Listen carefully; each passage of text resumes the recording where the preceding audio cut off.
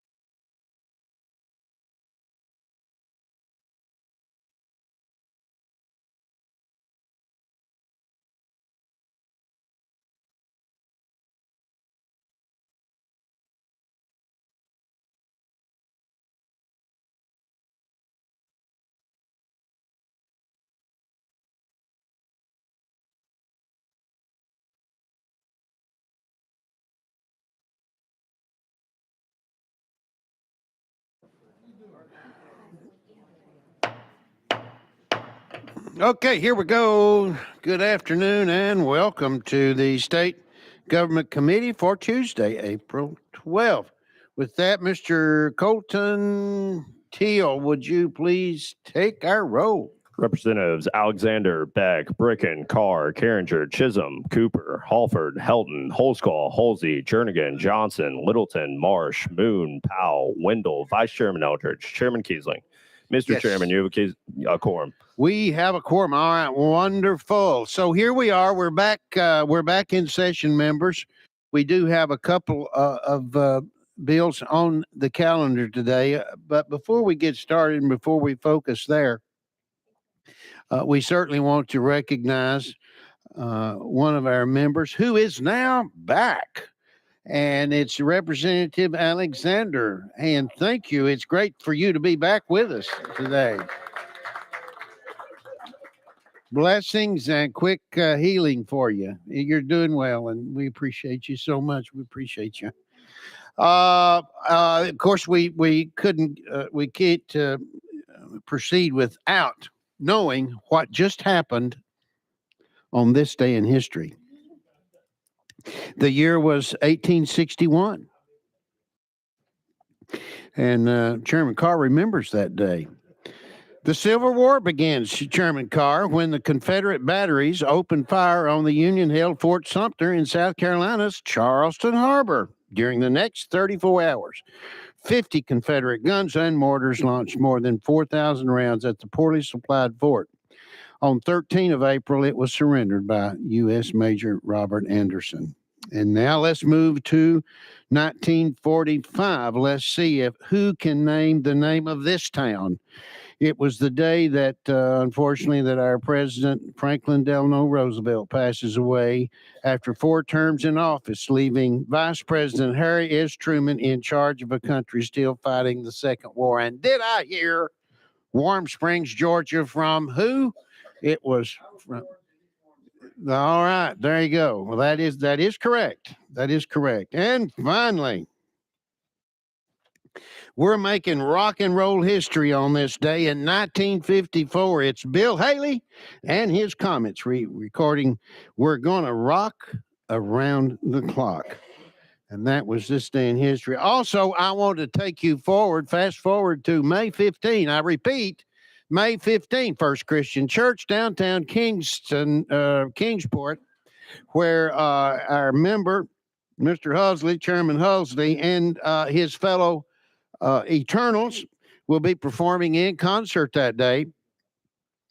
And the first 30 minutes will be those folks performing, followed by the message will be brought by former state representative John DeBerry. So what a day in Kingsport upcoming. So we want to make sure that you make sure you can attend that. So anyway, we're looking forward to that. And now let us proceed in House Bill on your calendar. Item number 1, House Bill 2877 by Chairman Todd. Chairman Todd, you already have a motion and a second. I see you're carrying an amendment. If you would, please give us that drafting code. Yes, Mr. Chairman, it is 016875. That is not corresponding with me, is it? Let me double check my numbers here. Sorry, I think these got out of order. I have, according to what I have, Chairman, I have a 17189. Do you see that anywhere? Well, 17189. I am not seeing that here in my stack. Let us, okay, let's take, if you would, let's get a copy down to Chairman Todd, please. He's got one. Okay. Doing a quickie there, a quick look on that one. Do you, would that correspond with your? Yes, sir. Yes, sir. Thank you, sir? Yes, sir, Okay. that's correct. All right. Well, all right. So you have a motion and a second on the bill. Now this one does rewrite. This is applicable where it rewrites the bill. You want to go ahead and get this one on then? Shall we address that and get it done? I've got a motion and a second, then on the amendment. Okay, any questions to the sponsor on that? I see no objections to the calling of the question. Let's get it on. Those in favor, please say aye. Those opposed, like sign. Amendment goes on the bill. So with that, all eyes now are upon you. Chairman Todd, you're you, Mr. recognized. Thank you, Mr. Chairman. What this bill does, it makes various changes to the appointments of members, appointing authorities, terms, and powers and duties of members appointed to the Tennessee Human Rights Commission. I'll be glad to take some specific questions and give any details I can. Thank you, Chairman. And of course, there probably will be, and we will begin recognizing Representative Powell. Representative Powell, you're recognized. Thank you, Mr. Chairman. I guess my question is, why do you think this is necessary to reorganize this board? If you could Chairman speak to Todd. that. Thank you, Mr. Chairman. Thank you for the question. About 3 years ago, I had a local nonprofit approach me in Jackson, Tennessee, that had an experience with the Human Rights Commission. There was an allegation of discrimination that was brought against this nonprofit, and their members that came to me basically said they were terrorized by this group. They came in with guns a-blazing, and I spoke to several members of their group that had been interrogated by the Human Rights Commission employees, and came away feeling that we don't need state government agencies acting like this. These are real people. These are constituents of mine. And since then, I have heard from other members of the legislature that have had similar experiences in their own districts, where this agency has gone off the rails and outside of the box that this legislative body created for them to operate within, and have gone beyond what they're supposed to do. And so the more I dug into this, the more negativity I found, even to the point of talking to commission members that are appointed to this group, saying that they were actually kept from getting pertinent information on cases or about personnel even, that they as commission members had the right to get. But because they weren't on an executive committee that had been formed within the agency, they weren't allowed to have that information. They were equal partners as commissioners, but this executive committee had been formed and precluded them from having any information on certain topics. So what this bill does, it outlines that not only can you not do that, it's not understood anymore that you can't do that. We're going to spell it out. You can't form any kind of a group within this commission that has more authority and more power than all the other commissioners. It changes up the appointing authorities. So right now, the governor has 5 appointments, and the legislature, through the 2 speakers, has 4. This will reconstitute that. It vacates the board on September 1 and says that the governor will have 3 appointments, and each speaker has 3 appointments. They are to strive to have them, and actually, I think the amendment says they're required to have representation from all 3 grand divisions. And there's a variety of groups and stakeholders, stakeholder groups that they're supposed to draw from, so that we have interested parties that are all well represented on this commission, so that your citizens and mine are treated fairly. And that's all we're supposed to do here. They administer some federal programs. They get some federal money. They also get state money to operate. And so this is one reason that we have the ability to kind of direct how they're going to operate. And feel like that's what this bill does. It's kind of restates how they're to be operated from this point forward. Representative Powell, follow up.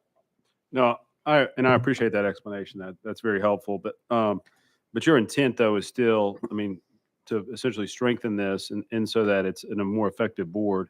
And I just want to make sure we're still, from time to time, there are human rights violations that occur in the state, and we take those very seriously. People might be discriminated for various reasons.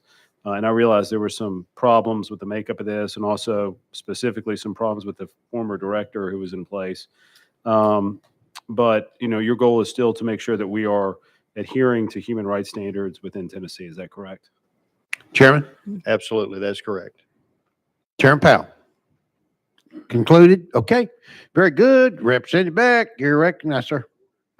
Thank you. And the sponsor answered my question in his statements that I noticed that the verbal amendment that we put on last week in sub to make it mandatory for the 3 grand divides when we're appointing people to this board. So I'm just grateful to see that and that it survived and all's good. Thank you. Very good. Thank you, Representative Beck. We will now recognize, did you want to follow up with anything, Chairman? Okay. Chairman Bricken, you're recognized, sir. Thank you, Mr. Chairman. Quick question. What kind of staff and budget does this agency have? Chairman Todd. I'm strictly going on memory. I don't know about staff, but I think their budget is somewhere in the $2 to $3 million range a year. I think $1 million or so of that, maybe $1 million plus, comes from the federal government because they do exercise some of the authority that otherwise we would have a federal agency administering in our state. So that's one of the positive things is that it's kind of like with Department of Environment and Conservation. They have delegated authority from several different parts of EPA that they're paid by EPA to administer in our state. So we have local people administering those federal laws on a state basis. And so this is very similar to that. Chairman Bricken, follow up? No, he says not. All right. That takes us to Chairman Halford. You're recognized, sir. Thank you, Mr. Chairman. And just out of curiosity, can any of the current members be reappointed to a new position on this board? Chairman, I'm sorry. Thank you for the question. I believe there's no prohibition in this, and I'm not looking at the entire section, but I don't believe there's any prohibition on current commission members from being reappointed. There's language that sets out how these appointments are to be done, so they're staggered. Their terms are staggered so that we end up not having an entirely new board every 4 years or something. So I would assume that somebody that's reappointed would start a new term, I guess would be the right idea. Chairman Todd. That is correct, sir. Yes. Okay. He Thank you, says Mr. Chairman. yes. Okay. All right, Chair Lady Littleton, you're recognized. Thank you, Mr. Chairman, and thank you for bringing this bill. We've worked with them for a long time, and I think this new committee will make it more efficient, and I think the cases will be solved much quicker. So thank you very much. Thank you, Chair Lady. Paul, any further questions to the chairman? We've had a question called on the bill, and I see no objections. Let's move along and take a vote. Those in favor of House Bill 2877 as amended, please say aye. Aye. Those opposed, like sign. Ayes have it, and thank you, Chairman Todd, for the many, many hours and your attention and dedication on this. We appreciate you. And that does go to calendar and rules, Chairman. You're on to calendar and rules. That takes us to our final item, item number 2, House Bill 1036 by Speaker. Where is our beautiful, wonderful speaker there? Speaker Johnson over there. We have a motion and a second, but Speaker, you are bringing an untimely filed amendment.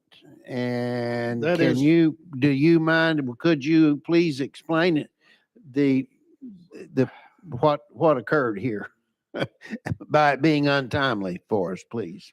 Mr. Chairman, I just didn't get it in on time. You did not get it in on time. Okay, very good. So do we, if there's no objections, the chair's going to call, we're going to go ahead and get this on the bill if there's no objection. Is there any objections? Yes, we are. Yes. Chairman. We have a motion to, okay, we got a second. And without objections, we are going to put this on, go ahead and put it on House Bill 1036. Speaker, you're recognized, House Bill 1036 as amended. Thank you, Mr. Chairman. The amendment number is 17343. That that is correct? correct, sir. That is correct. Thank you. Thank you, Mr. Chairman. House Bill 1036, as amended, requires the Director of Legislative Information Systems to preserve and archive certain data, images, maps, and other information on the House of Representatives and Senate Redistricting Committee website by July the 1st, following the passage of the redistricting plan. Now, the reason I brought this, Mr. Chairman, when the speaker named me chairman of the House Redistricting Committee, our attorney, Doug Himes, and I sat down and we wanted to pull up some information from the last one, which was 10 years ago.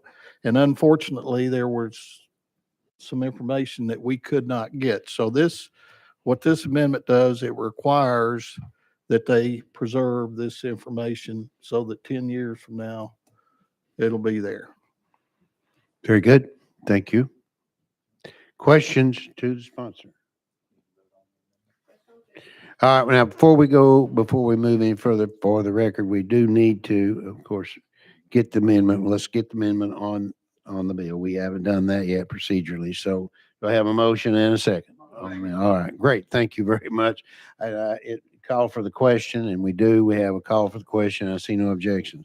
All right, here we go. We're voting on the amendment, place the amendment on the bill. That amendment, again, drafting code is 17343. Those in favor, please say aye. Aye. Those opposed, like sign. Ayes have it. So now we got it. Now we are in a position where we can move along. And do I have a call for the question? Yes, we do. And I see no objections. Therefore, let us vote on House Bill 1036 as amended. Those in favor, please say aye. Those opposed, like sign. Ayes have it.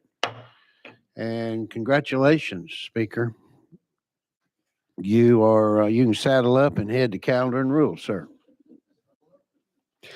So with that, again, we're going to say our goodbyes from the chair to each of you. I love you. I appreciate your service.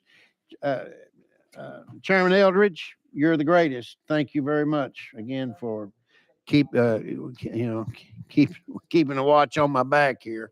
But anyway, appreciate y'all very good, and we'll let us proceed. Do I have a motion to adjourn? Got a motion and a second.